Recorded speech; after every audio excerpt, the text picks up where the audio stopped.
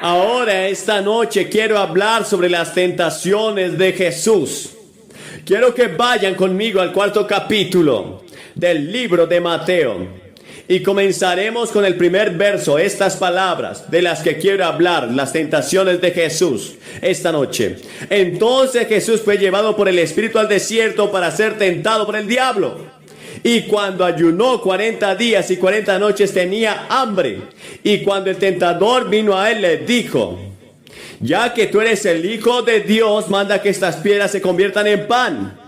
Pero Jesús respondió y dijo: está escrito que el hombre no vivirá solo de pan, sino de toda palabra que sale de la boca de Dios. Entonces el diablo lo llevó a la santa ciudad y lo puso sobre el pináculo del templo y le dijo: ya que tú eres el Hijo de Dios, tírate abajo, porque está escrito que Él mandará a sus ángeles acerca de ti, y en sus manos te llevarán para que tu pie no tropiece sobre piedra.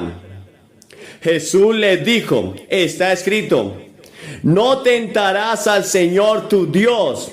Entonces el diablo lo subió a un monte muy alto y le mostró todos los reinos del mundo y la gloria de ellos. Y le dijo: todas estas cosas te daré si te postras y me adoras. Entonces le dijo Jesús: aléjate de mí, Satanás, porque está escrito, adorarás al Señor tu Dios y a Él solo servirás. Entonces el diablo lo dejó y aquí vinieron los ángeles y le servían. Sí, Jesucristo fue tentado. La Biblia dice que fue tentado en todas las cosas como nosotros, pero sin pecado. Él es el único en la historia del mundo, incluyendo a Adán y a Eva, que alguna vez resistió al diablo completa y enteramente. Él era el Señor Jesucristo. ¿Por qué? Porque no tenía pecado dentro de sí. No había nada que el diablo pudiera pelar dentro de él, porque no tenía pecado. Y tú y yo tenemos la semilla del pecado en nosotros. Nacimos en pecado. David dijo: en pecado me concibió mi madre.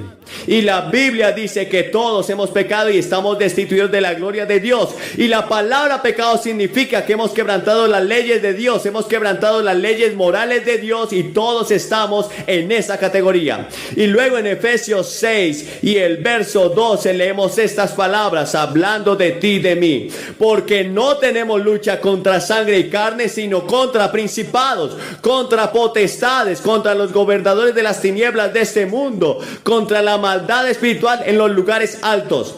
Ahora, gran parte del Nuevo Testamento tiene que ver con la guerra espiritual, y nadie está exento de este conflicto. Dios no tiene lugar para un pacifismo espiritual, porque la Biblia enseña que la vida cristiana no es un patio de recreo religioso, no es un campo deportivo. La palabra contra que se destaca 5 veces en Efesios capítulo 6 se nos dice que no es una lucha contra sangre y carne, sino contra 4 cosas: principados, potestades, gobernadores del mundo, huestes espirituales de maldad. Hay unas huestes espirituales, hay un diablo, hay un demonio. En 2 de Corintios 2:11 se nos dice que no ignoremos al diablo y sus maquinaciones para que Satanás no se aproveche de nosotros, porque no ignoramos sus artimañas. Debemos conocer al enemigo. En 1 Pedro 5:8 la Biblia dice que seamos sobrios y estemos atentos, porque el adversario, el diablo, como león rugiente, anda alrededor buscando a quien devorar. El diablo anda buscando a quien devorar. Ahora, algunos de los nombres que se le dan a Satanás: el diablo es el tentador, por supuesto. Satanás es el engañador, un mentiroso, un asesino, un acusador, el príncipe y el poder del aire. Es el príncipe de este mundo, es el Dios de esta era, es el destructor, el maligno, Belcebú. Todos estos nombres son dados a una persona que llamamos Satanás. Ahora, la Biblia dice de sus artimañas y trampas. La Biblia advierte que engaña y seduce, se opone, resiste y engaña y siembra cizaña y dolor y estorba, bofetea, tienta y persigue y blasfema. Ahora la gente tiene una caricatura del diablo establecido por las obras de Dante y Milton. Esta es una poesía maravillosa, pero es teológicamente falsa. Esa no es la imagen del diablo en la Biblia. Satanás no tiene cuernos, no tiene aros, no tiene una cola con púas. Ahora el diablo intenta todo esto para hacernos pensar que él está en el infierno, pero él nunca ha estado allí. Y cuando llega al infierno, no será el jefe, sino la principal víctima del infierno. Se le llama el Dios de esta era, el príncipe de este mundo y el príncipe del aire. En Mateo 25:41 habla de sus ángeles. Mucha gente pregunta, ¿de dónde salió Satanás? Según Isaías 14, aparentemente se rebeló contra Dios. Él era la más grande y la más hermosa de todas las criaturas creadas por Dios. Y por alguna razón misteriosa, desconocida, allá por ese entonces se rebeló, lideró una revuelta contra Dios. Y fue arrojado del cielo y aterrizó en este planeta. Y ha estado luchando contra los propósitos de Dios desde entonces. Y uno de los propósitos de Dios para Satanás es probar este planeta si las personas amarán a Dios o no lo van a amar, si obedecerán a Dios o van a obedecer al diablo. Y él ha estado activo tratando de ganar este planeta y ganar a la gente que Dios puso en él. Aquí no entiendo todo lo que el apóstol Pablo llama el misterio de la iniquidad. Hay muchas cosas al respecto que no podemos explicar y no voy a tratar de explicarlas. Pero Cristo estuvo sujeto a las tentaciones del diablo. En Hebreos 4:15 dice que fue tentado en todo como nosotros, todo pero sin pecado. Y en Hebreos 2:18 dice que él mismo padeció siendo tentado y es poderoso para socorrer a los que son tentados. Ahora estudiemos y veamos cómo Jesús enfrentó la tentación del diablo, como un modelo para nosotros también. Cómo podemos enfrentar las tentaciones de Satanás. Jesús fue guiado por el Espíritu Santo. Después de su bautismo, él fue guiado hacia el desierto, a un área entre Jerusalén y el Mar Muerto, en un lugar salvaje. Y estaba allí Jesús, y era terrible ese desierto, 40 días y 40 noches. No tenía nada para comer. Jesús estaba orando y era obediente a la voluntad de Dios y estaba lleno del Espíritu Santo y pasaba un tiempo en oración, tenía un conocimiento total de las Escrituras. Y en ese momento, cuando estaba hambriento y cansado del sol, del calor y de todo el desierto, vino el tentador.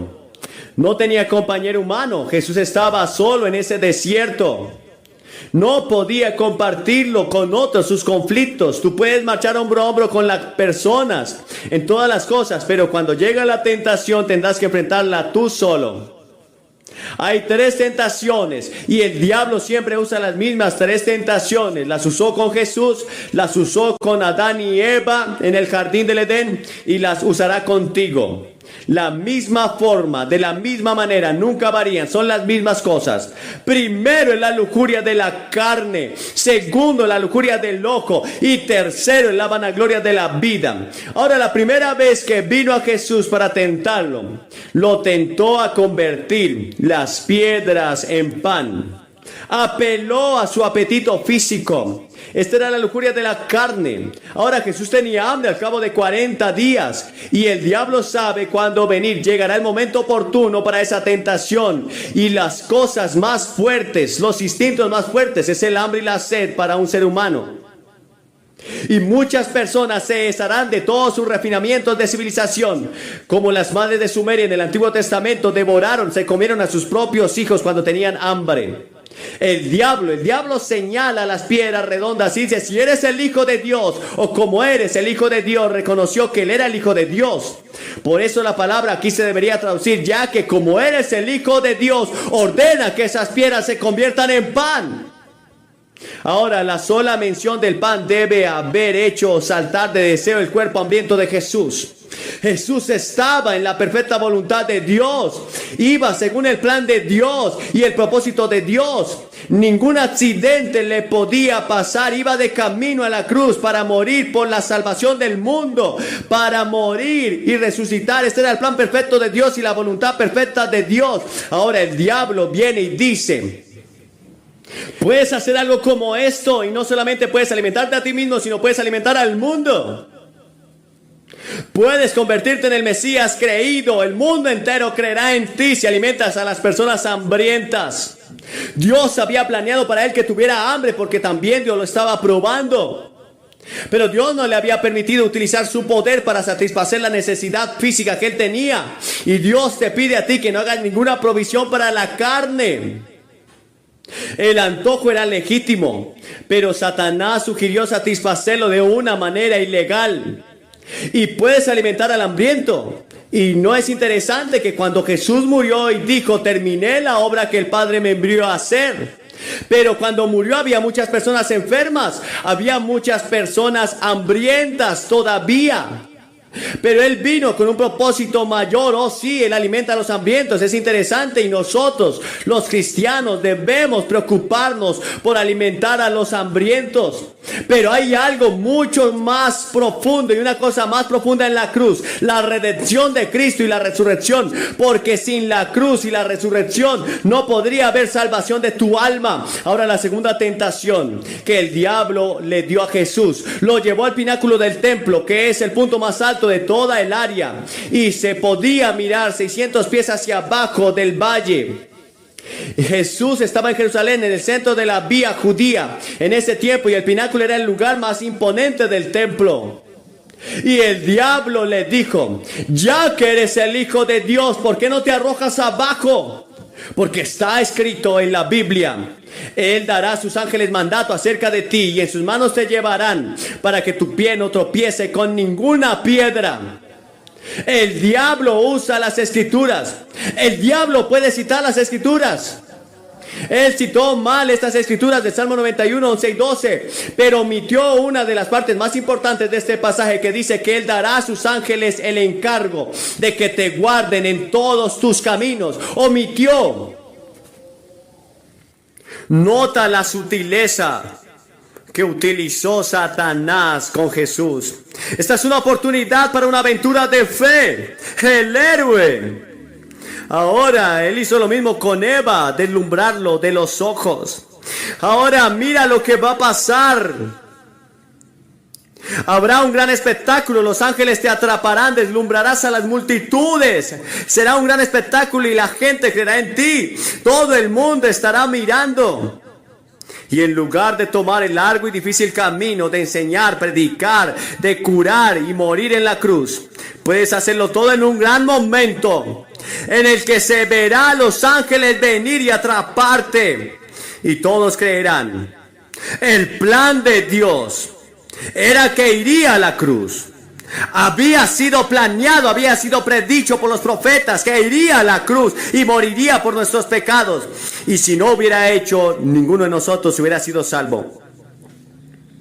Y Jesús respondió: de nuevo está escrito. Usó 3 veces esa palabra: está escrito. Debes saber la palabra de Dios. Cuando venga Satanás, puedes usar y citar un versículo de la Biblia y él no puede resistir la palabra de Dios. Es la única arma que tú tienes contra la tentación.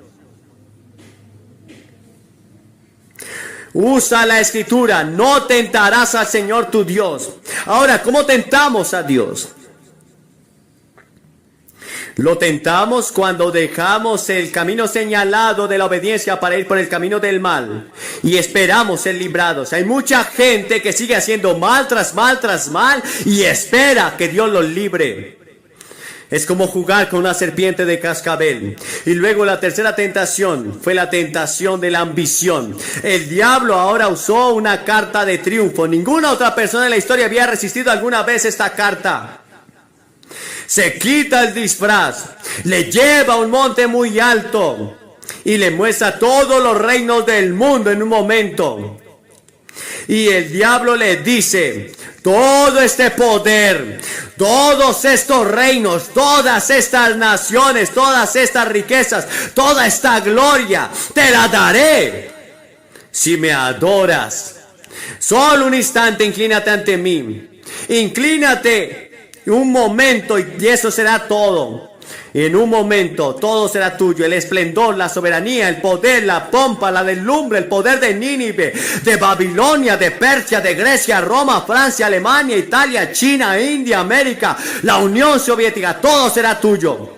Jesús podía haberlo tenido todo, para siempre.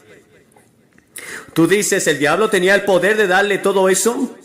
Jesús nos dijo que él no podía. Le dijo, él tiene un poder tremendo, es el príncipe de este mundo. Es el príncipe y el poder del aire, es el Dios de este mundo. Ahora Cristo ya se le había prometido todos los reinos de este mundo.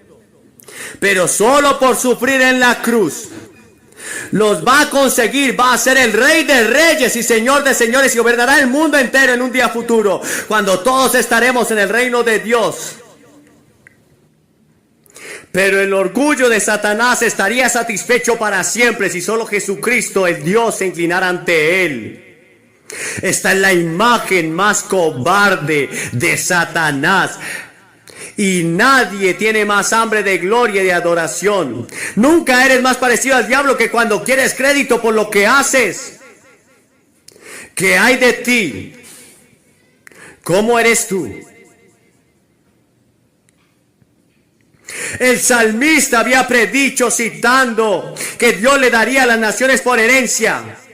El diablo le prometió todo a Cristo si doblaba sus rodillas ante él. Si los hombres solo le sirven a él, le dará fama, honor, riquezas, posición, pero muchos de ustedes lo siguen por nada. Lo siguen tan solamente por nada. La gente de hoy sofocará su conciencia, asesinará su principio, su compromiso por asegurar lo que desean. Satanás dice, por un momento inclínate y ese dinero será tuyo. El cargo será tuyo. Ese premio político será tuyo. Esa posición será tuya. Esa fama será tuya. Ese negocio será tuyo. Esa satisfacción sexual será tuya. Ese placer sensual será tuyo. Sí, si te inclinas ante mí, dice el diablo. ¿Y cuántas personas lo hacen? ¿De qué le sirve a un hombre ganar el mundo entero y perder su propia alma? Supongamos que lo ganaste todo, pero perdiste tu alma, que es eterna. En un momento, el mundo has perdido. Ahora, ¿cómo tuvo Cristo la victoria? Resumamos un momento porque te ayudará cuando tengas que enfrentarte al tentador, cuando vayas a casa esta noche o mañana, en la oficina o en la escuela o donde sea que estés. La tentación de hacer trampa, la tentación de tomar una droga, la tentación de tomar un atajo que está al mal, la tentación de decir una mentira. Primero, es por obediencia a la voluntad de Dios. Solo dice, Señor, quiero obedecerte, pero necesito tu ayuda. Porque ninguno de nosotros puede vivir la vida cristiana solo, simplemente no podemos hacerlo.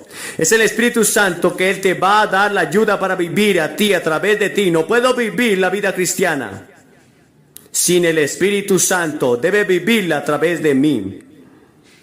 Y en segundo lugar, siendo lleno del Espíritu, ¿has sido lleno del Espíritu de Dios? Y luego, en tercer lugar, al pasar mucho tiempo orando, no tienes que arrodillarte cada vez que oras. Tengo una hija que piensa que tienes que arrodillarte cada vez que oras. Y se levanta muy de mañana y temprano y delega las tareas y a los niños y luego se pone de rodillas a orar.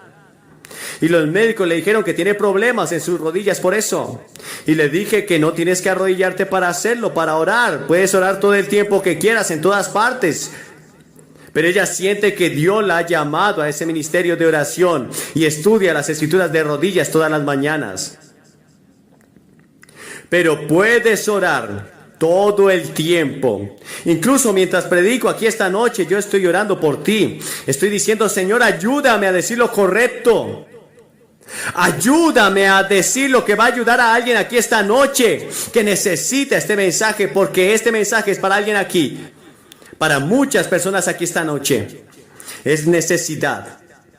Y luego, en cuarto lugar, te encuentras conociendo las escrituras. Es la única persona que nunca se rindió ni se rindió a la tentación de Satanás y lo hizo citando las escrituras. Es Jesucristo. Está escrito en Santiago 4:7, dice, sométase por lo tanto a Dios, resistan al diablo y huirá de vosotros. Una vez estaba teniendo una lucha por algo y sabía que Satanás estaba luchando contra mí. Y recordé este pasaje de Santiago y dice, resistan al diablo y huirá de vosotros. Pero había olvidado la primera parte del verso. Sométanse por lo tanto a Dios. Primero te sometes a Dios y le dices, Señor, quiero estar en tu voluntad. Tú te haces cargo de mi vida como Señor y amo. Y luego resistirás al diablo y él tiene que huir de vosotros. Podrás vencerlo. Y luego en Apocalipsis 12:11 dice, por la sangre del Cordero y por la palabra de su testimonio vencieron al acusador. Y en Primera de Pedro 5 dice, sean sobrios y velad, porque vuestro adversario el diablo, como león rugiente, anda alrededor buscando a quien devorar, al cual resisten firmes en la fe. ¿Le estás resistiendo? ¿Te estás sometiendo a Dios? Tienes que conocer realmente a Cristo. En un mundo en el que la religión dominante es ahora el secularismo, el estilo de vida es el materialismo, necesitamos atender a la palabra de Dios para saber cómo citarla y aplicarla correctamente. Dios nos llama a un lugar donde nos quedemos solos como cristianos y vivamos de esa manera. Es un llamado a la vida en sociedad, es vivir a Cristo en la vida, donde el lugar donde estemos debemos mantener la creencia en el comportamiento. Debemos relacionarnos en la salvación y en la ética personal de Cristo. Debes recibir a Cristo en tu corazón. Debes vivir en tu corazón y entonces sales y lo aplicas en el mundo en que vives, en cada grupo, con las personas que te están rodeando. ¿Realmente conoces a Cristo? Tú mismo dices, Billy, hay veces que yo creo que sí y hay veces que no estoy seguro. Si tienes alguna duda, pero no la resuelves esta noche, algunos de ustedes han sido bautizados, han sido confirmados e hicieron algunas promesas y otros hicieron promesas por ustedes, pero ustedes no están seguros de haberla guardado y les gustaría volver a comprometerse y dedicar su vida a Cristo esta noche. Hay otros de ustedes que simplemente no están seguros de haberlo recibido antes realmente en su corazón, pero quieren hacer y quieren estar seguros de que todos están perdonados de sus pecados y vas a ir al cielo, que si mueres irás al cielo. Esta noche te voy a pedir que te levantes de tu asiento y vengas y te pares frente a esta plataforma. Cientos de personas ya lo han hecho en otros lugares. Y después de que todos hayan venido, les voy a dar una palabra y oraré con ustedes y les daré literatura para ayudarlos a ser un cristiano. Si estás con amigos o familiares, te van a esperar. Si estás en un autobús, te esperarán. Solo tendremos un momento. ¿Por qué es importante dar un paso al frente públicamente? Porque Jesucristo llamó a la gente en el Nuevo Testamento públicamente. No puedes avergonzarte de Cristo porque Él no te avergüenza. Él no se avergüenza de ti. ¿No estás dispuesto a reconocerlo ante los hombres? Él no te reconocerá ante el Padre y ante los ángeles que están en el cielo. Debe ser un compromiso público ahora mismo. Tú mismo lo sabes. Y tendrás la seguridad si vienes ahora mismo. Nadie más lo hará por ti. Nadie salga del estadio ahora. Vamos a estar en oración. Te levantas y vienes. Los jóvenes, los viejos, vengan con la certeza que esta noche Jesucristo los perdonará y los recibirá. Y él se presentó y Belsasar dijo, Daniel, ¿ves esa escritura? Si lees esa escritura, te volveré el tercero al mando en el imperio. Pondré una cadena de oro de autoridad en tu cuello y te pondré vestidos reales y serás miembro de la familia real, a mi lado. Daniel vio la escritura y la reconoció de inmediato. Era la escritura de su padre.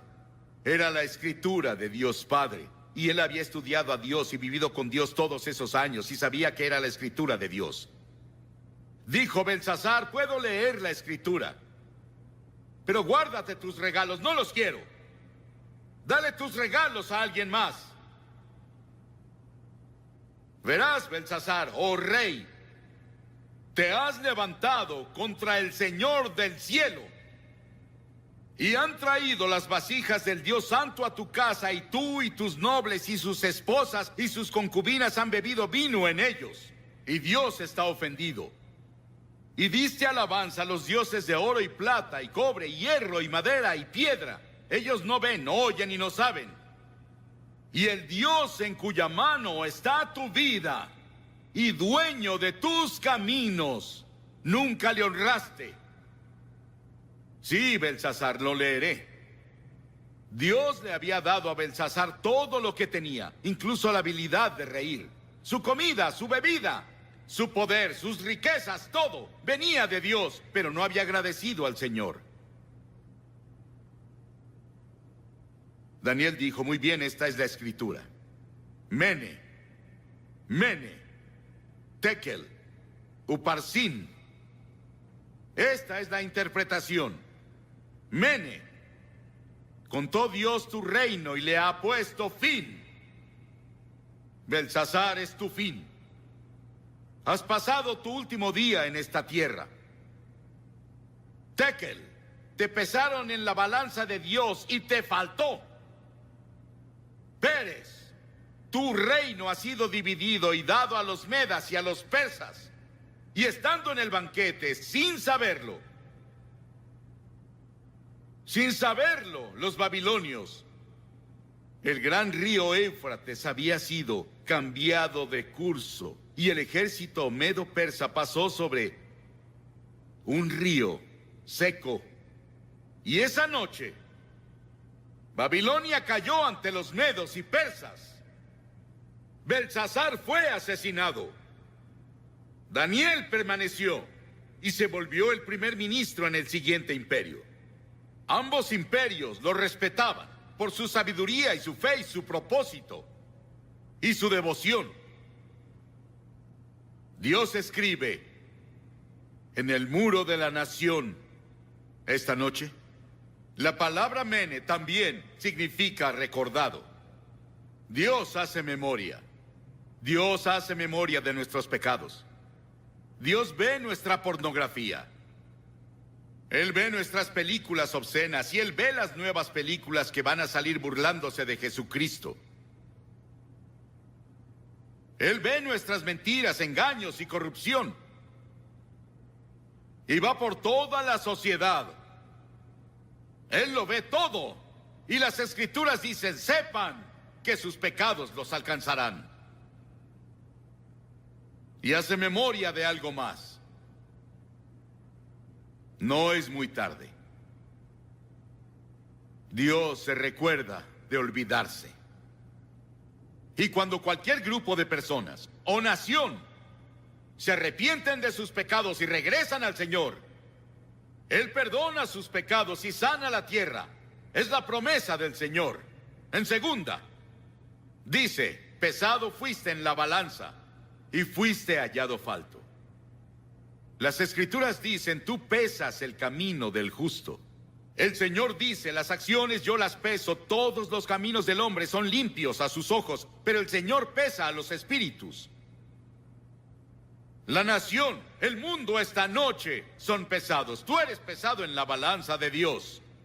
Nuestros pecados son grandes a los ojos del Señor. Y hemos sido pesados en su balanza. Muchos líderes pensadores creen que la escritura sigue en la pared y el juicio ya comenzó a pasar. Pero Dios nos pesa como individuos. ¿Por qué nos va a pesar? ¿Qué está del otro lado de la balanza? Verás, hay balanzas. Aquí estás tú y aquí está con lo que Dios te pesa. Primero, Él te pesa por los 10 mandamientos. ¿Cómo estás con los 10 mandamientos? No tendrás otros dioses delante de mí. No tomarás el nombre del Señor tu Dios en vano. No cometerás adulterio. No robarás. No mentirás. No matarás. Todo eso está en los 10 mandamientos. Y la Biblia dice que si ofendemos en un punto, somos culpables de todos. Si rompiste un mandamiento una vez en tu vida, es lo mismo que romperlos todos. Y dirás, claro, he roto al menos uno o dos. Entonces eres culpable de todos. Y es la razón por la que la Biblia dice que todos somos culpables. Por esa razón Jesús dijo, el que no tenga pecado, que tire la primera piedra a la mujer atrapada en adulterio. Ninguno de esos líderes religiosos pudo hacerlo, porque todos hemos pecado. Todos pecaron y están destituidos de la gloria de Dios, y todos estamos bajo el juicio de Dios. No solo vamos a ser pesados por los 10 mandamientos, sino que seremos pesados por la ley del amor. Mateo 22, Jesús dijo: amarás al Señor tu Dios con todo tu corazón y con toda tu alma y con toda tu mente. Este es el primero y grande mandamiento, y el segundo es semejante: amarás a tu prójimo como a ti mismo.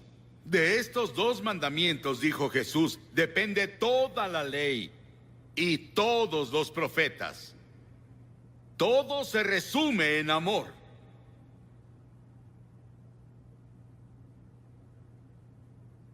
¿Amas al Señor tu Dios con todo tu corazón, con toda tu mente, con toda tu alma? Y amas a tu prójimo. Tu prójimo es cualquiera con una necesidad. Jesús nos enseñó en la parábola del buen samaritano. Cualquiera que necesite ama a ese prójimo como te amas a ti. Es lo que Jesús dijo. Vamos a ser pesados por esa ley. En tercera, vamos a ser pesados por la persona de Jesucristo. La Biblia dice en el Salmo 89, porque ¿quién en los cielos se comparará al Señor? ¿Quién entre los hijos de los aposentados será semejante al Señor? Isaías dice: ¿a qué tendrán como igual a mí? Y me harán igual, o semejante, o me compararán, para ser como yo. Dios dice: sé santo, porque yo soy santo. Si no sabes, Jesucristo fue el único hombre justo y el único hombre santo que ha vivido. Llamamos a algunos en India hombres santos, pero Jesús fue el único santo de verdad en la historia. Y si no vivimos como Jesús, vivimos también como Jesús, vamos a quedar cortos en los requerimientos de Dios. Y sus expectativas dirás: Billy, ¿quién en el mundo puede vivir como Jesús? Ninguna persona. Por eso es que todos debemos decir: soy pecador. Dios va a pesarnos con Cristo. Él va a pesarnos con los 10 mandamientos. Él va a pesarnos por la ley del amor, pero también va a pesarte por tus obras.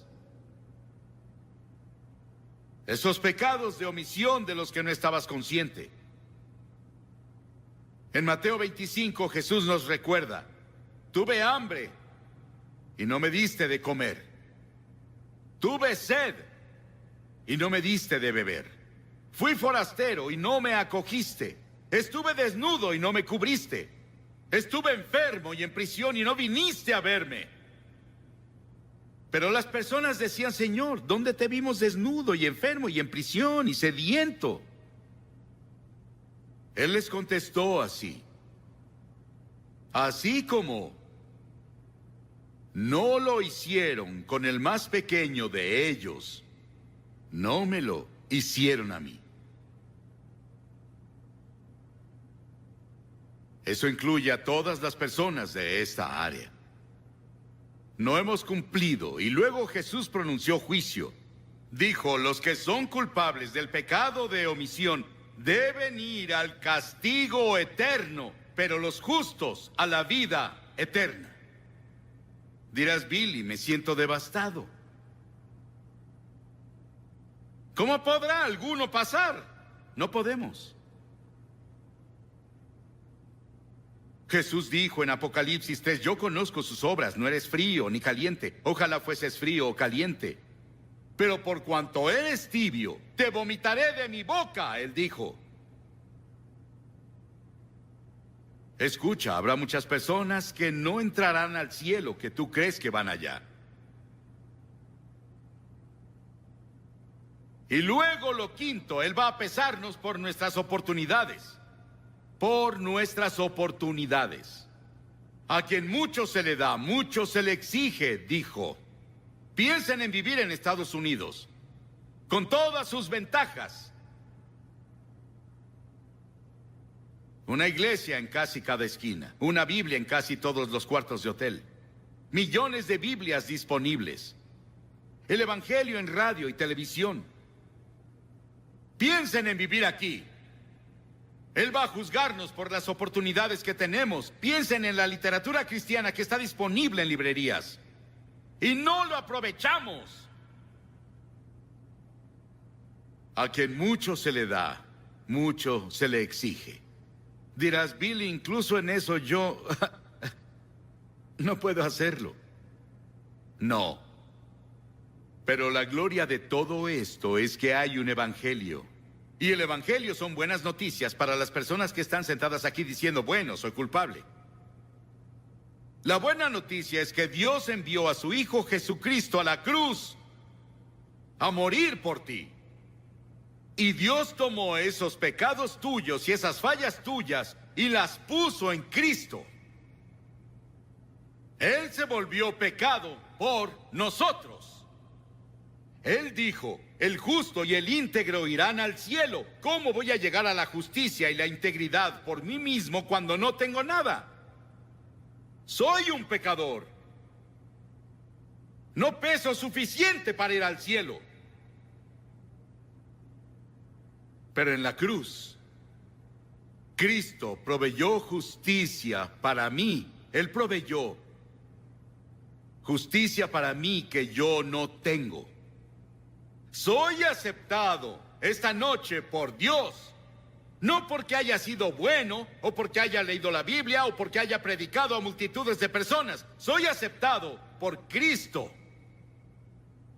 Soy aceptado en el amado por Él. Y ese es tu privilegio en este momento. Puedes apropiarte de lo que Cristo hizo en la cruz por ti ahora e irte de aquí con peso suficiente para ir al cielo, pesar suficiente para que tus pecados sean perdonados, pesar suficiente para vivir una nueva vida. Pesado has sido en la balanza de Dios y fuiste hallado falto. ¿Aún te falta? La última palabra aquí es Upharsin, dividida. El reino está dividido. Dios dijo, Belsasar, te quitaré el reino de las manos. Estás acabado. El juicio llegó a ti y es muy tarde.